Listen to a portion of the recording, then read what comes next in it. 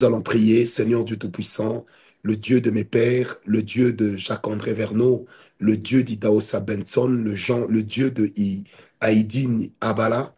Seigneur, je te prie avec le Saint-Esprit ce soir encore que tu puisses nous enseigner et que tu puisses nous permettre de comprendre ta parole, que ta parole puisse effectivement être comme une lampe à nos pieds, qu'elle puisse constituer une lumière sur notre sentier. Je te prie donc avec le Saint-Esprit, éternel notre Dieu, tout en pensant, en croyant en toi. Je te demande, éternel Dieu, d'étendre ta main. Je te demande, éternel, de faire luire ta face sur moi. Je te demande, éternel Dieu, de m'aider à avancer avec toi, Seigneur, mais aussi à pouvoir être cette aide consistante pour tous les frères et sœurs avec lesquels nous sommes en train de prier, afin que je ne puisse pas partager des pensées humaines, mais que je puisse partager tes pensées, ta parole, ton amour et surtout ta passion. Seigneur, sois béni ce soir avec le Saint-Esprit, j'ai prié. Amen. Amen, amen. Comme j'étais en train de dire, bien-aimé dans le Seigneur, n'oubliez jamais que la connaissance dans le monde spirituel est une richesse. La connaissance dans le monde scientifique est une richesse. La connaissance dans le monde physique est une richesse. La connaissance en toutes choses vous enrichit. Je prie donc le Seigneur, le Dieu des cieux, aujourd'hui encore, que nous soyons enrichis par la connaissance qui nous sera transmise encore, par la révélation qui sera nôtre ce soir par le Saint-Esprit. Alors hier, nous étions en train de parler sur la page sur l'occultisme et nous avons ouvert le premier point où nous sommes en train de parler sur la divination. Nombre 23, verset 23. La Bible dit l'enchantement ne peut rien contre Jacob, ni la divination contre Israël. Autant marqué, il sera dit à Jacob et à Israël, quelle est l'œuvre de l'Éternel. Amen, amen. Nous avions parlé de la divination, nous avions expliqué un peu l'origine et l'histoire de la divination. Qu'est-ce que la divination fait? Et j'ai insisté sur cette phrase, ou peut-être pas, mais la divination est à la base de plusieurs scandales aujourd'hui dans l'Église locale. La divination est à la base de plusieurs scandales dans l'Église locale. Alors, quand nous parlons de la divination, c'est l'art de pronostiquer sur l'avenir. Et la divination marche avec un esprit qu'on appelle l'esprit de Python, en référence d'abord à Pythie, qui vient du grec poutia, du latin puto, qui était simplement considéré dans la mythologie grecque et latine et romaine, pardon, comme étant la servante d'Apollon, par qui les esprits parlaient et Apollon appliquait les recommandations. Donc, on sous-entend que dans la mythologie, Pythie était cette servante d'Apollon qui donnait des révélations. Et il y avait donc des prêtres, si vous voulez, comme on les appelait, ou des devins, qui, eux, captaient le langage de la Pythie. Et ensuite, qu'est-ce qu'ils faisaient? Ils rendaient cela compréhensible à l'intelligence de tous. C'est pourquoi on l'appelle esprit de Python. On l'appelle aussi esprit de Python ou esprit de Puto ou de Pythie parce que aussi on tient compte de l'art séducteur du serpent, puisque rendez-vous compte que la divination a pour rôle également de provoquer la séduction. Alors donc hier, j'ai longtemps expliqué d'où venait la divination, mais quel est le but poursuivi par la divination? Et je crois que c'est là que nous devrions commencer aujourd'hui. Quel est le but poursuivi par la divination?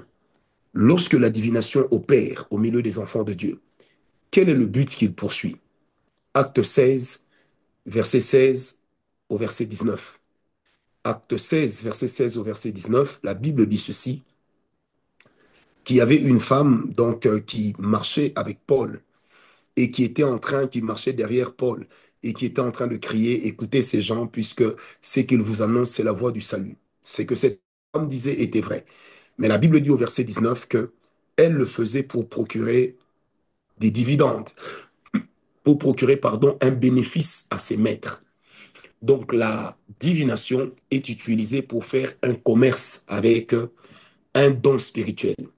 C'est utilisé pour se procurer de l'argent. Et même dans Apocalypse 18, verset 3, Apocalypse 18, verset 3, la Bible parle de cet esprit qu'on appelle la reine du ciel, avec qui les rois ont signé un pacte, un traité d'impudicité pour faire le commerce avec. Amen, amen, amen. Donc, alors, ce commerce spirituel qui se fait par la divination est exercé lorsque les gens entrent en contact avec les esprits des ancêtres ou l'esprit de la généalogie, même de la généalogie de la famille pour les interroger. Ça veut dire qu'il y a des gens pour exercer dans la divination commerciale, que je l'appelle comme ça. Qu'est-ce qu'ils font? Eh bien, ils entrent en contact avec les esprits des ancêtres, avec les esprits de la généalogie de la famille de quelqu'un.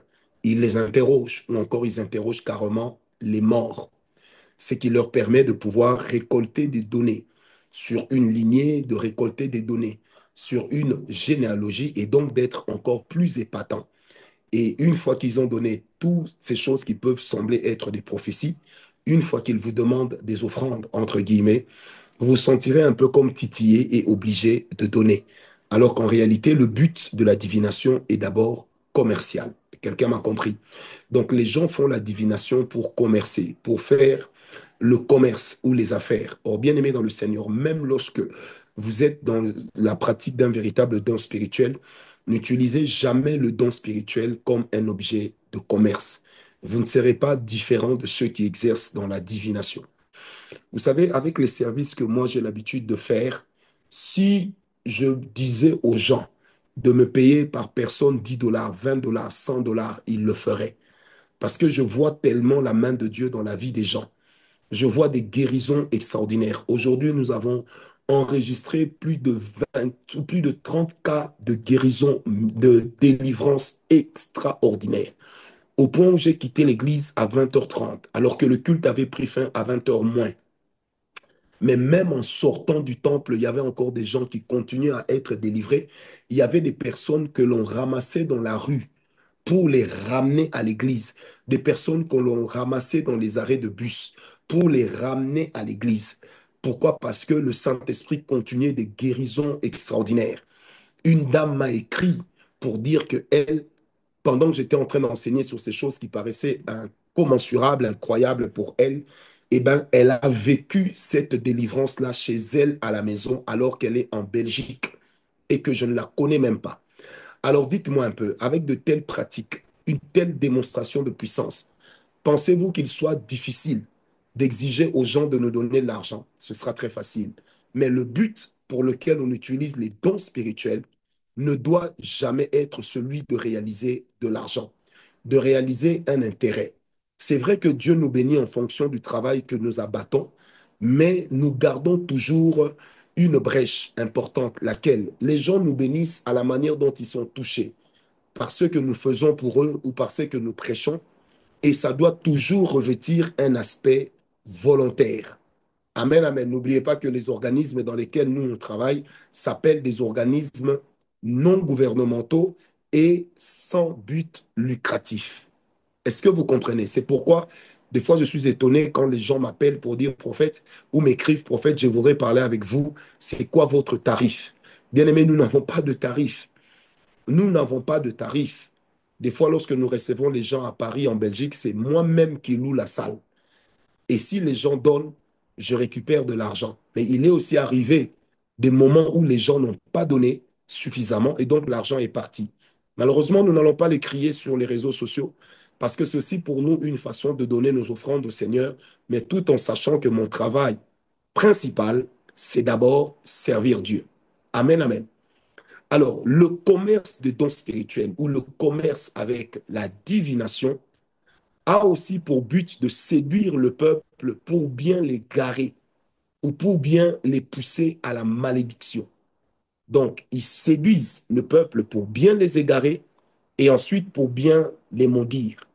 Donc, la première raison pour laquelle les gens cherchent à exercer dans la divination, c'est faire le commerce. Il y a donc un but pécunier, la cupidité. Le deuxième grand but, c'est quoi? C'est pour avoir du succès. Bien-aimé, je vous ai dit, ne vous leurrez pas. Là où on révèle l'avenir des gens, là où on cite les noms des gens, là où on dit des choses terribles, bien-aimé, les gens sont toujours épatés et ensuite apathés. Malheureusement, comme je vous ai dit, aujourd'hui, très peu de chrétiens comprennent l'importance de prier pour avoir le don de discernement des esprits, lequel serait capable de pouvoir les aider à bien anticiper, à bien comprendre derrière la chose qui se passe, si c'est le Saint-Esprit ou pas. Et donc, en ce moment-là, bien aimé, il y a des gens, ils sont prêts à tout pour avoir du succès. Ils sont prêts à tout. Je dis bien à tout pour avoir du succès. Et donc, à la fin, ce genre de choses, ça va conduire les gens à ce qu'ils puissent sortir de ce que Dieu est en train de faire. Est-ce que quelqu'un me comprend? Et une grande voie d'envoûtement. Vous savez, lorsqu'une personne a déjà été épatée, la pâter devient facile et par conséquent, le manipuler et lui faire faire ce que vous voulez devient encore beaucoup plus facile. Pourquoi? Eh bien, parce que la personne est déjà emballée. Or, la manipulation, c'est quoi? C'est d'abord l'art d'emballer une personne et de lui faire faire ce que l'on veut. Il y a juste un seul spirituel à qui vous vous référez. Comme ça, c'est lui qui vous aidera dans la vie. C'est lui qui priera aussi pour vous protéger. Ne vous leurrez pas, bien-aimé. Aujourd'hui, vous avez des chrétiens. Il a 14 pères spirituels. Il paye la dîme, c'est 28 personnes. Euh. Maintenant, quand ça ne va pas, vers qui vas-tu te tourner? La paternité spirituelle est une alliance de laquelle nous tirons aussi une sorte de protection spirituelle. Je répète, la paternité spirituelle est une alliance dans laquelle nous tirons aussi une alliance et une protection. Est-ce que quelqu'un m'a compris? Moi, j'ai toujours dit à mes fils, soit vous êtes les miens, soit vous êtes ceux des autres. J'ai des amis comme prophète Joe Grace, prophète Jean-Toto Chabani, docteur Silas. J'ai des amis comme docteur Aimé Beleke. J'ai certains amis dans le ministère, l'apôtre Paul Mwanga, des gens comme ça. Mais bien aimés, ça ne veut pas dire que leurs fils sont aussi mes fils. Non, non, non. Un. Faites très attention. C'est-à-dire, je ne réponds pas de leurs fils. Je réponds de mes fils et de mes filles dans la foi. Je réponds de ceux qui payent leurs dîmes chez nous, de ceux qui donnent leurs offrandes chez nous. C'est-à-dire que je le sache ou pas. C'est un automatisme spirituel qui me permet de le faire. Ne vous leurrez pas. Le mois de janvier, vous donnez la dîme à gauche, le mois de février à droite, au mois de mars devant, au mois d'avril derrière, au mois de mai au-dessus, au mois de juin en bas, au mois... Non, non, non, non, non, non. C'est du désordre qui ne joue pas en votre faveur. Je répète, c'est un désordre qui ne joue pas en votre faveur. Parce qu'en cas de problème, vous allez vous tourner vers qui? En cas de problème, qui répondra de vous? Puisque moi, je suis franc, je vous ai toujours dit, vous payez la dîme chez nous, je réponds de ce qui arrive. J'ai l'obligation de prier pour vous. J'ai l'obligation de répondre. Donc c'est pourquoi quand vous payez la dîme, vous ne m'aidez pas. Vous me donnez du travail. C'est différent. Est-ce que quelqu'un me comprend? Merci beaucoup. C'est un peu comme si vous étiez un fils cotisé. Un fils cotisé. Où avez-vous déjà vu un enfant avoir deux papas? Où avez-vous déjà vu un enfant avoir deux papas? Même une prostituée, lorsqu'elle accouche, le papa, il n'y en a qu'un seul. L'enfant ne peut pas ressembler à deux partenaires sexuels qui sont sortis avec la mère. Non, non, l'enfant n'appartiendra qu'à un seul. C'est d'ailleurs la raison pour laquelle on fait le DNA, l'ADN. C'est comme ça. Alors, des choses aussi évidentes que nous connaissons. Mais lorsqu'il s'agit des aspects spirituels, nous commençons à déranger. Moi, j'ai une de mes filles là-bas, Ginny. Mais écoutez, je ne suis pas tranquille dans ma tête jusqu'à ce que son problème aura été réglé. Je ne suis pas tranquille. C'est-à-dire que quand je prie, Mais non, non, non, non, non, on ne courtise pas des fils, on ne courtise pas des fils. Ça ne se fait pas parce que c'est une responsabilité. Est-ce que quelqu'un m'a compris? C'est pourquoi je prie avec vous le Seigneur, demandant sa grâce afin qu'il puisse éclairer notre lanterne et que nous puissions avancer en fidélité de vie et que nous puissions atteindre réellement le but. Au nom de Jésus, si quelqu'un est avec moi qui me donne un amen, très bien. Alors, un autre but poursuivi par la divination. Un autre but poursuivi par la divination, c'est d'éloigner les gens de Christ. D'éloigner les gens de Christ et de les aider à se vautrer calmement dans la vie de péché ou de compromission. J'ai dit éloigner les gens de Christ et les aider à se vautrer calmement avec une conscience tranquille dans la vie de péché, de prostitution spirituelle. Vous savez, lorsque, je l'ai dit hier à l'église, à Kinshasa, lorsque vous avez une vie de désordre et qu'on vient vous donner une bonne prophétie favorable, méfiez-vous. La prophétie peut être venue de Dieu, oui, mais elle peut rejoindre le camp qui dit que celui qui se souille encore davantage. C'est-à-dire que le Saint-Esprit, la Bible dit, il convainc de péché, de justice et de jugement. Le Saint-Esprit ne peut pas entretenir en nous le péché. Alors, qu'est-ce qui se passe là où il y a la divination? La divination met à l'aise le pécheur, met à l'aise, pardon, le compromis. Donc, celui qui se compromet, lorsqu'il y a la divination, ça le met à l'aise. Parce que n'oubliez pas que ce qui est du diable ne peut pas vous caresser dans le sens de ce qui est de Dieu. Ce qui est du diable ne vous conduira que loin de Dieu, ne vous conduira que sur des choses avec lesquelles et dans lesquelles Dieu n'est pas. Est-ce que vous comprenez? Alors, le jour où vous recevez une parole ou une prophétie qui vous dit vous êtes un homme, allez épouser un homme, ce n'est pas de Dieu, puisque ça contredit la parole de Dieu. Le jour où vous recevez une parole de quelqu'un qui vous dit oui, le Seigneur a dit tu pouvais voler cet argent, tu vas rendre après.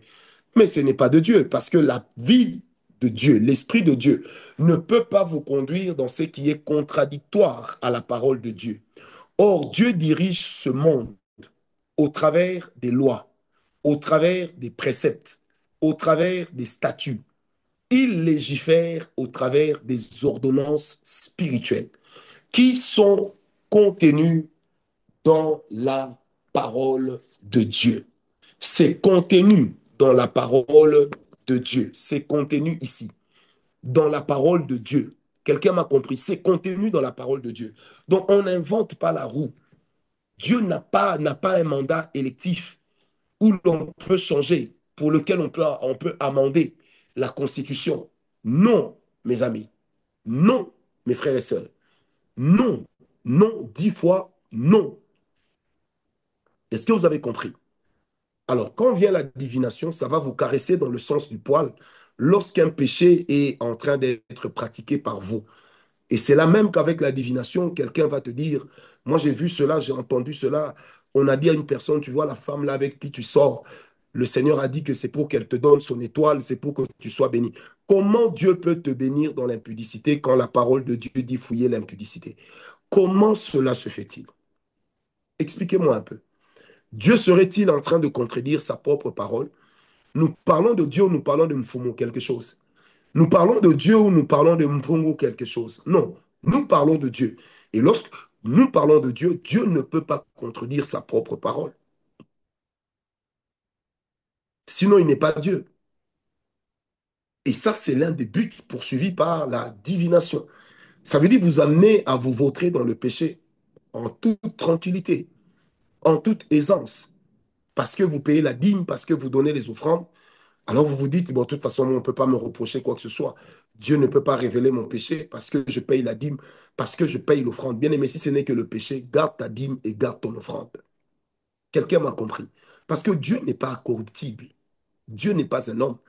Dieu n'a pas besoin de ton offrande pour manger. C'est nous qui avons besoin de ton offrande ou de tes dîmes. Mais Dieu n'en a que faire. Est-ce que vous comprenez? Ne vous comportez pas comme si Dieu était votre garçon de course. Ne vous comportez pas comme si vous aviez grandi avec Dieu, comme si vous aviez élevé les poules avec Dieu. Excusez-moi l'expression. Mais est-ce que quelqu'un me comprend? Dieu est saint et il nous invite à la sainteté. Dieu est saint et il nous oblige à avoir une vie de marche, de sanctification. Et ça, ce sont des choses desquelles nous ne pouvons pas dévêtir la nature de Dieu. Ce sont des choses desquelles nous ne pouvons pas ôter de la personne de Dieu. Amen, amen. Alors, cinquième raison, ou cinquième ou je ne sais plus quoi, pour laquelle, ou que lequel, pardon, cinquième raison pour laquelle la divination travaille. Cinquième raison pour laquelle la divination travaille, c'est que la divination travaille à vous entretenir dans une prison. Là où il y a la divination, vous devenez prisonnier. Et quand vous devenez prisonnier, ça veut dire dans le monde spirituel que vous devenez esclave. Vous devenez une bête de somme. Vous avez l'impression d'être libre, mais en fait, vous êtes une bête de somme. En fait, vous êtes un esclave en liberté. En fait, vous êtes juste un esclave intelligent. En fait, vous êtes encore un esclave. Joseph était esclave, mais il était beau. Amen, amen. Donc vous êtes un esclave. Et le but de la divination, c'est de nous entretenir, de vous entretenir dans une sorte d'esclavage. Or, l'apôtre Pierre dit ceci, que tout homme est esclave de ce qu'il a vaincu, de ce qui a vaincu sur lui. Alors, si c'est la divination qui a vaincu sur vous, eh bien, sachez qu'automatiquement, vous êtes devenu esclave de la divination. Je prie le Seigneur que la grâce de Dieu puisse être avec nous. 2 Pierre 2, verset 19. 2 Pierre 2, verset 19. Je lis pour nous tous dans le nom puissant de Jésus-Christ. Ils leur promettent la liberté quand ils sont eux-mêmes esclaves de la corruption. Écoutez maintenant. Car chacun est esclave de ce qui a triomphé de lui. Qu'est-ce qui a triomphé de toi? Si tu connais ce qui a triomphé de toi, tu sauras de qui, de quoi tu es esclave. Et si tu es esclave de la divination, eh bien, bien aimé, le diable va toujours commencer à t'envoyer des devins qui vont te bouffer l'argent jusqu'à ce que tu vas tout perdre, qui vont te bouffer l'argent de tes projets jusqu'à ce que tu vas sécher, qui vont te nuire jusqu'à ce que tu vas te retrouver dans la mouise totale. Est-ce que quelqu'un m'a compris? Alors je prie pour vous et avec vous, dans le nom de Jésus-Christ de Nazareth, que sa grâce puisse être avec nous, que nous ne soyons pas des esclaves d'esprit de Python, que nous ne soyons pas des esclaves. Amen, amen. Alors, sixième raison pour laquelle la divination travaille, non seulement c'est pour vous rendre esclave, mais la sixième raison, c'est pour vous utiliser, vous, aussi comme un objet de transmission de la divination. Je vais prier avec vous ce soir. Il y a des gens bien-aimés qui pensent qu'ils ont un don, alors qu'ils ont juste un esprit de divination. Ils pensent qu'ils ont l'onction, alors que c'est un esprit de divination. Quand tu veux connaître aussi la pureté du don que tu manifestes, mais toi-même tu connais la pureté ou non de ta vie, bon sang. Donc ne va pas loin, réfléchis à cela. Ce sont des petits éléments, de petites données. Tu vis dans le péché. Si Dieu continue toujours à t'utiliser fortement, peut-être que c'est le diable qui a déjà pris la main. Peut-être que c'est le diable qui a déjà remplacé. Est-ce que quelqu'un me comprend?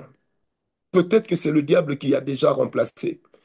Et donc, la divination peut vous investir pour bien vous nuire, vous investir pour bien vous sidérer, vous investir pour bien vous calciner, vous investir pour bien vous cribler comme du froment. Est-ce que vous m'avez compris? Je prie Dieu ce soir, au nom de Jésus, que tout esprit de divination sorte. Vous savez, un jour, j'ai été prêché dans une église. Ils étaient à peu près 200. Nous avons fait à peu près la délivrance de 180 personnes. Alors, en pleine délivrance, il y a une dame, j'avais demandé au pasteur de l'eau, et il y a une dame qui m'a mené de l'eau. C'était la dame de confiance du pasteur. Quand je la regarde, l'esprit se manifeste. Pendant qu'elle est en train de gesticuler, il y a une dame qui se met à s'agiter dans la salle. Et puis elle dit, ainsi parle l'Éternel, j'ai crié, tais-toi! Le pasteur est venu me dire à l'oreille, prophète, ne fais pas ça, c'est la prophétesse de l'église. J'ai dit, tais-toi, Python, sors de cette femme. Et devant tout le monde, elle est tombée, l'esprit est sorti. Le pasteur était là, non. J'ai dit oui. Et le pasteur m'a dit au bureau, en fait, toutes les grandes décisions de cette église, nous la prenons par les prophéties de cette femme. Toutes les grandes décisions de cette église, nous la prenons par les prophéties de cette femme. Donc, elle était devenue un peu comme l'agent de vérification pour savoir si c'est Dieu ou pas. C'est comme ça que, bien aimé, il est de ces gens avec la divination qui parviennent à dominer des pasteurs pour les conduire et pour les utiliser, qui parviennent à dominer les pasteurs pour les conduire et pour les utiliser. Et quand ce sont des femmes, un jour, vous apprenez qu'elle est devenue la copine du pasteur, ou elle sort avec tous les beaux jeunes garçons du pasteur de l'église. Pourquoi? Parce qu'elle s'est farcie une notoriété qui est diabolique, une notoriété qui est démoniaque, une notoriété qui est satanique, une notoriété qui est sale. Est-ce que vous me comprenez? Donc, derrière l'esprit de Python, derrière l'esprit de divination, il se cache le fait que le diable voudrait bien vous utiliser, voudrait bien que vous deveniez ses adeptes, voudrait bien que vous deveniez ses valets. Et donc, moi, je prie avec Dieu que le Seigneur puisse vous aider. Septième raison de la divination, c'est de détruire le peuple de Dieu ou de détruire l'Église locale. On sert aussi à détruire le peuple de Dieu ou à détruire l'Église locale. Vous savez, j'ai connu un monsieur qui avait un ministère très promettant. Alors un jour, donc, l'Église était en pleine retraite et une femme a commencé à prophétiser, disant que ce monsieur-là avait la sorcellerie. Une deuxième personne s'est levée, l'a confirmé. Une troisième personne s'est levée, l'a encore confirmé. Et donc ce monsieur a été mis de côté.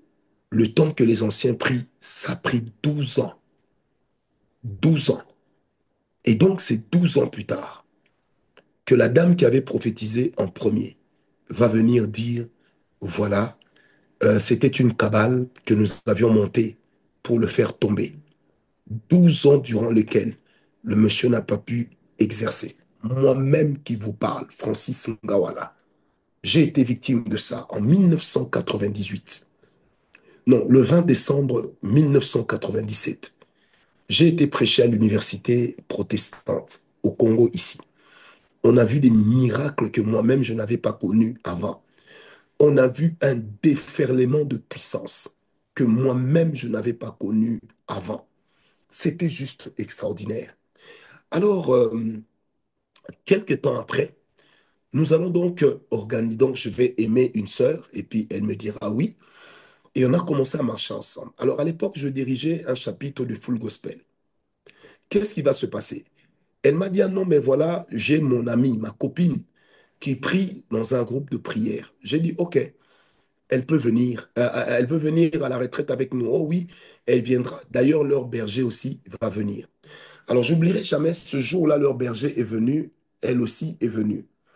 Et donc, j'étais en train de donner pour la première fois l'enseignement sur l'autorité spirituelle. C'était en 1998. J'étais en train de donner l'enseignement sur l'autorité spirituelle. Alors, le berger était tellement épaté. Il a vu, j'ai parlé de l'autorité, les démons se sont manifestés. Après, c'était l'onction qui s'est manifestée. Donc, comme vous savez, la manière dont il plaît à l'Éternel de nous utiliser, c'est-à-dire que je peux passer d'un service à un autre sans transition. Et quand il a vu cela, le monsieur m'a dit, ah, prophète, il m'a dit, à l'époque, on m'appelait frère. Il m'a dit, ah, frère, vous avez une grande autorité et tout. Et ben voilà, je tiens donc une cellule de prière quelque part sur la même avenue que vous. Je vous invite le jeudi de la semaine prochaine, si vous pouvez accepter. Moi, je vous donne 3 ou 4 séances pour nous enseigner sur l'autorité spirituelle. Je vais écouter, je préfère d'abord venir vous visiter le jeudi prochain et je recommencerai avec vous l'enseignement le jeudi en 8. Il m'a dit, OK. J'ai dit, OK, que Dieu te bénisse. Ce que je vous dis est une histoire authentique. Alors, donc, le jeudi arrive. J'enfile mon pantalon, je mets mes sandales, je mets une belle chemise quand même, et je pars là-bas prier. Alors, quand j'arrive, le berger qui m'avait invité n'était pas là. Et donc, c'était son équipe qui dirigeait. Et je me rappellerai toujours bien, son petit frère dirigeait. Et eux, ils avaient une pratique assez coutumière, laquelle, c'est que lorsqu'une personne venait nouvellement, ils la faisaient passer au milieu, ils priaient, ils interrogeaient Dieu, et ensuite ils se mettaient à prophétiser à tour de rôle. Et lorsqu'ils ont commencé à prier, à prier, à prier, à prier, arrivé à mon tour, j'ai entendu la voix du Seigneur me dire, Francis, ne t'énerve pas. Et vous savez, à l'époque, j'étais un bon sanguin, ça veut dire que moi, je pouvais m'énerver. Mais l'Esprit m'a parlé, je ne comprenais pas pourquoi. Et puis, j'ai senti comme un vent chaud souffler dans mes 2 oreilles. Vraiment, c'était comme si j'étais dans un désert. Ah! Et donc, on m'a fait passer au milieu. Dès qu'on me fait passer au milieu, il y avait un militaire en tenue. Il se met à prophétiser. Et quand il prophétise, il explique, non, cet homme qui est venu, c'est le diable qui l'a envoyé pour nous détruire. Une autre sœur prend la prophétie. J'ai vu ce monsieur, il a une vie de débauche. Et tenez bien, hein, à cette époque-là, je n'avais pas connu de femme. Donc, il a une vie de débauche et je suis en train de voir, il a les jambes comme le canard. Ça veut dire qu'il marche mal avec Dieu. Bien aimé, même le calme que j'avais observé était étonnant. Et donc, mon amie fille était aussi là, elle assistait à ça. Un autre qui va sortir une prophétie. Le Seigneur est en train de dire que cet homme tel que vous le voyez ici, il est venu vraiment avec une mission diabolique, celle de draguer les femmes et de pouvoir les égarer. Bien aimé, je ne parle pas de Maniang, je parle de moi. Et donc, quand ils ont fini, oh, à peu près 7 personnes m'ont fusillé. Fusillé, je vous dis, ils m'ont fusillé à bout portant. Vous vous blaguez, hein? Bien aimé, permettez-moi de remettre les choses à l'heure. Bien aimé, ils m'ont fusillé à bout portant. Eux, je suis resté calme. Et finalement, celui qui remplaçait le berger va donner une prophétie, va dire. Non, il va prendre la parole, il va dire, Monsieur, est-ce que vous voulez donner votre vie au Seigneur Jésus? Nous sommes en 1998, j'avais donné ma vie à Jésus depuis 1992. Ça faisait 6 ans. Et je prêchais déjà, j'exerçais déjà et j'étais même déjà engagé à temps plein. J'ai dit oui. Ils m'ont fait recevoir Jésus pour la nouvelle fois. Or, les mêmes qui avaient prophétisé sur moi comme ça, 2 semaines avant, avaient prophétisé pour mon amie fille en lui disant que d'ailleurs, tu aimes un garçon avec qui tu es en relation, ne le quitte pas, c'est un grand serviteur de Dieu, il a l'onction, le Seigneur va lui faire parcourir le monde. Le Seigneur lui avait dit, tout ce qu'ils avaient dit était vrai. Mais quand moi-même j'arrive, aïe, la Rolls-Royce était devenue une Renault 4 Twingo, frère. Alors, à la fin, donc, celui qui remplaçait le berger m'a reçu dans son bureau pour m'écouter et pour m'aider à me convertir. Il a ouvert la Bible, il m'a exhorté à arrêter avec les fétiches, à arrêter avec à arrêter d'être coureur de jupons, à arrêter d'être un escroc et vraiment à donner ma vie à Jésus parce que Jésus même, j'étais là calme, je l'écoutais. Quand il a fini, je lui ai posé la question. Cher ami, est-ce que tu me connais? Il m'a dit non, non, non. J'ai dit, tu me regardes moi bien, est-ce que tu me connais? Il m'a dit non. J'ai dit, est-ce que quelqu'un ne devait pas venir ici la semaine prochaine pour commencer un enseignement sur l'autorité spirituelle? Tout de suite, il dit, ah oui, c'est vrai. Oh, le berger nous a parlé de ce garçon-là. Il paraît qu'il est fort. Vraiment, nous l'attendons. Nous sommes en train de nous préparer pour le recevoir. Alors, je souris. Et puis, j'ai dit, mais le monsieur en question, c'est moi. Tout de suite, il bouge. J'ai dit, oui, c'est moi. C'est moi. J'ai dit, bah, écoutez, comme je ne suis pas encore bien converti, je ne viendrai pas. Il commence à dire, non, vous voyez, des fois, dans la prophétie, les gens peuvent se tromper. J'ai dit, monsieur, vous allez m'apprendre à servir Dieu. Donc, je ne viendrai pas. Alors, comme vous êtes des prophètes,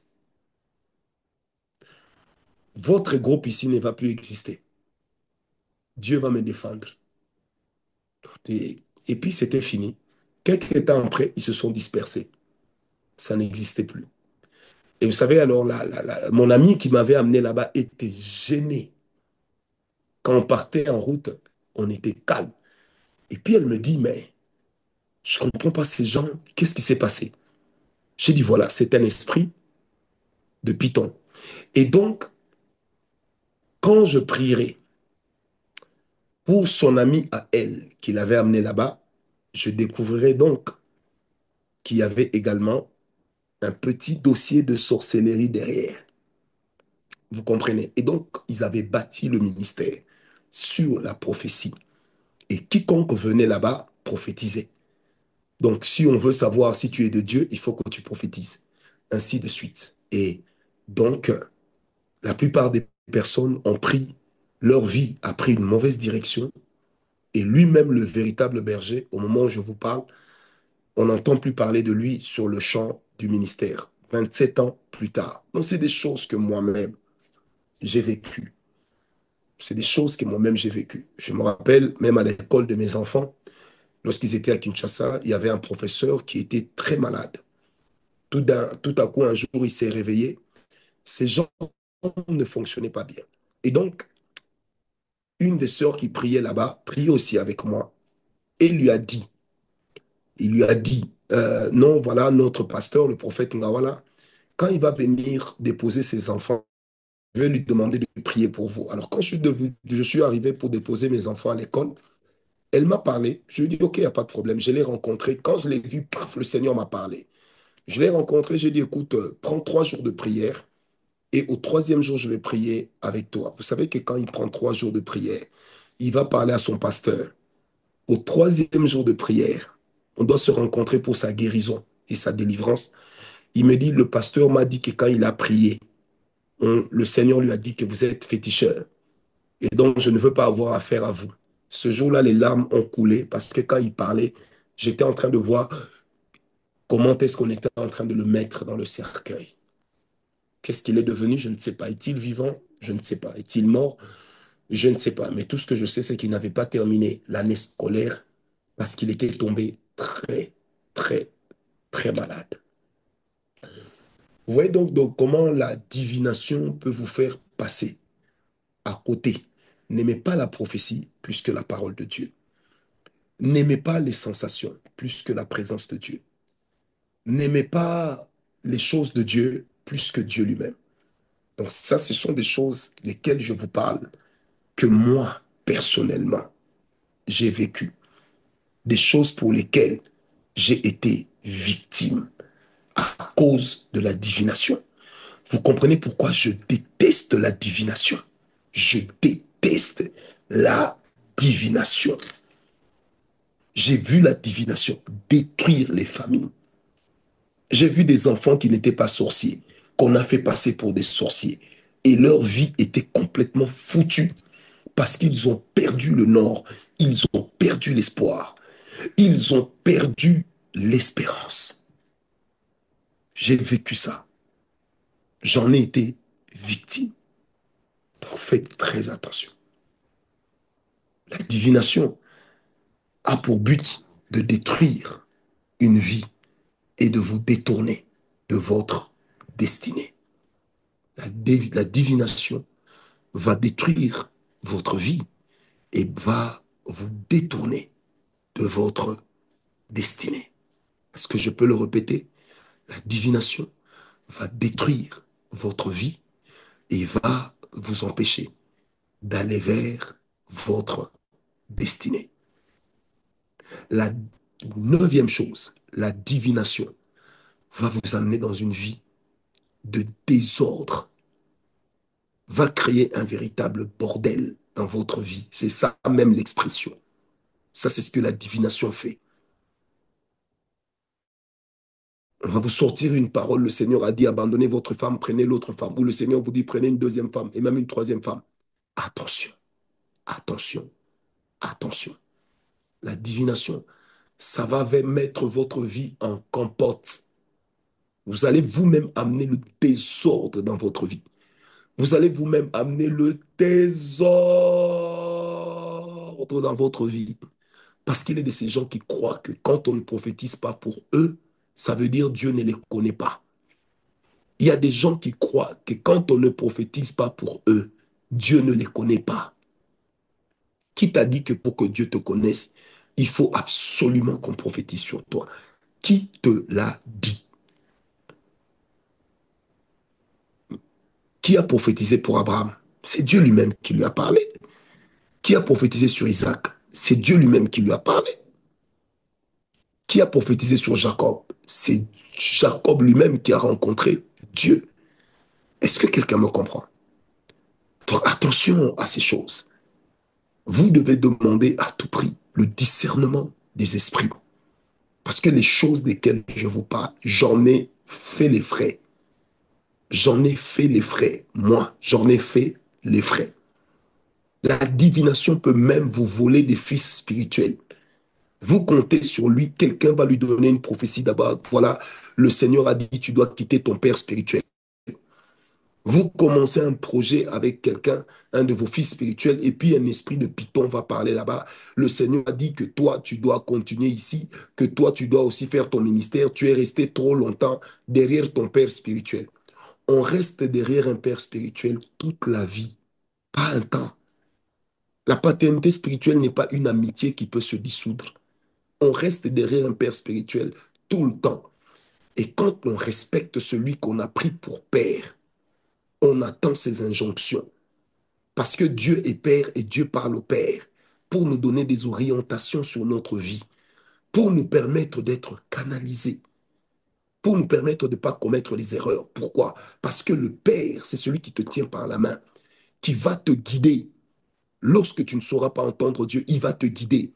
Lorsque tu entendras Dieu, c'est lui qui va t'aider avec la lumière de ce que le Seigneur mettra en lui. N'oubliez jamais que pour oindre Samuel comme sacrificateur, Dieu a utilisé la voix de Élie. Et pourtant, Élie était un homme que le Seigneur était déjà en train de rejeter. Est-ce que vous comprenez? Et puis tu vas lancer ton ministère, au début ça marche, et puis brrr, ça s'écroule comme un château de cartes ou comme un château de sable sur les plages espagnoles. Et on sait toujours comment ça finit. On va aller demander pardon. Un peu comme le fils prodigue dans la maison de mon père, il y a à manger. Mais le problème, c'est que dans la vie actuelle, quand tu reviens, d'autres auront déjà pris ta place. D'autres auront déjà hérité de la confiance qui te revenait. Et peut-être seront déjà en train de jouer le rôle qui t'était dévolu. Est-ce que quelqu'un m'a compris? Quand on prend quelqu'un pour père, on l'écoute. On l'écoute comme étant un canal de Dieu. Vous êtes avec un prophète, vous êtes avec un serviteur de Dieu. Vous ramassez les prophéties partout. Je disais à un de mes fils spirituels, tu ramasses tes prophéties partout et tu veux que moi je les assume. Moi, je n'assume que c'est que Dieu m'a dit. J'ai eu un des couples de mes fils dans la foi. Alors, ils sont venus me dire, non, papa, on était en retraite avec tel prophète. Il nous a prophétisé que nous allons nous marier avec la sœur. Ils ont fait 6 ans et demi de fiançailles officielles sans se marier. Au bout de 6 ans et demi, la fille a dit au frère, tu sais, moi, je t'ai jamais aimé. Elle s'est taillée, elle s'est barrée. Or, quand ils m'ont parlé, j'ai dit à la fille, peut-être que je n'ai pas prophétisé pour vous. J'ai dit au garçon, peut-être que je n'ai pas prophétisé en disant ainsi par l'Éternel, mais je te connais, je la connais. Je connais vos caractères, je connais vos familles. Vous ne réussirez pas à vivre ensemble comme un couple.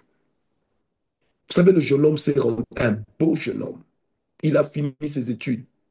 Il va trouver du travail 8 ans plus tard. Et il va même se rendre compte que, en fait, aussi longtemps qu'il était avec cette fille-là, il n'évoluait pas. Et donc, c'est quand ils vont se séparer, en une année, il va trouver du travail, il va se marier et il va faire son premier enfant. Et lui-même est venu me voir, il dit, ah, papa, j'ai dit, c'est moi votre papa, mais comment vous donner autorité à une parole qui vient d'ailleurs, vous la placez au-dessus de la mienne? Résultat des courses, 6 ans et demi, 7 ans de vie partis en fumée. Au nom de quoi Dieu avait dit. Dieu avait dit. Est-ce que quelqu'un m'a compris? Que le nom du Seigneur Jésus-Christ puisse être avec vous. Que la main de Dieu ce soir puisse continuer à vous éclairer. Demain, je parlerai de ce que je devais dire aujourd'hui. Ça veut dire les principales méthodes de la divination. Les principales méthodes de la divination. C'est là que je vous parlerai de l'astrologie, des oracles, des augures, des numérologies, de la cartomancie, des choses qui sont utilisées pour pouvoir, des choses qui sont utilisées pour pouvoir pratiquer la divination qui permet d'appâter les gens et très souvent de les conduire loin de Dieu. Est-ce que quelqu'un m'a compris ce soir? Que le Seigneur notre Dieu puisse être avec vous, que la main du Seigneur soit avec vous. J'espère que les enseignements sont effectivement en train de vous enrichir, s'il vous plaît. Je répète, j'espère que les enseignements sont effectivement en train de vous enrichir et que partant de là, le Seigneur Dieu va vous accorder sa grâce.